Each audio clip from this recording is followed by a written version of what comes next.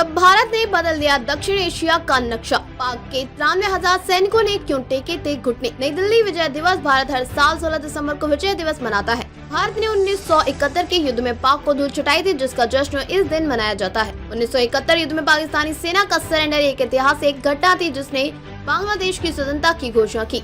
यह सरेंडर 16 दिसंबर 1971 को ढाका में हुआ था, जब पाकिस्तानी सेना के commander lieutenant general A.A.K. Niazi ने भारतीय सेना के commander lieutenant general Jagjit Singh और बांग्लादेश की अस्थायी सरकार के प्रतिनिधि के सामने आत्मसमर्पण किया। पाक सेना ने किया सबसे बड़ा आत्मसमर्पण। इस सरेंडर के पीछे कई कारण थे, जिनमें एक प्रमुख कारण था भारतीय सेना की मजबूती और पाकिस्तानी सेना की कमजोरी।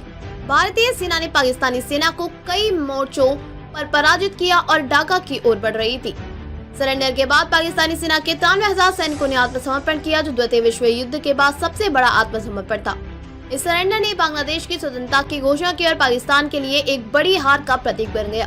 बांग्लादेश का हुआ जन्म। 1971 के युद्ध में भारत को भी नुकसान उठाना पड़ा था। भारतीय सेना के 3900 जवान शहीद हुए थे और 9800 से ज्यादा घायल। हालांकि इन सैनिकों का बलिदान बर्बाद नहीं हुआ और आखिरकार पाक सेना ने आत्मसमर्पण किया और नए देश बांग्लादेश का जन्म हुआ। भारत ने जैसे ही पूर्वी पाकिस्तान के आजाद होने की घोषणा की, दक्षिण एशिया का नक्शा ही बदल गया।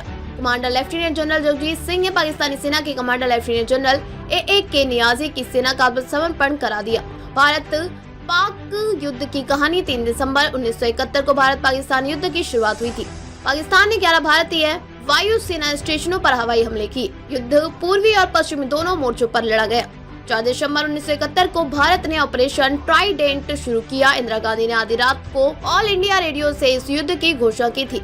16 दिसंबर 1971 को 13 दिनों के बाद युद्ध समाप्त हुआ। 16 दिसंबर 1971 को ही पाकिस्तान की सेना ने भारत के सामने आत्मसमर्पण किया। इस युद्ध के बाद बांग्लादेश का जन्म हुआ।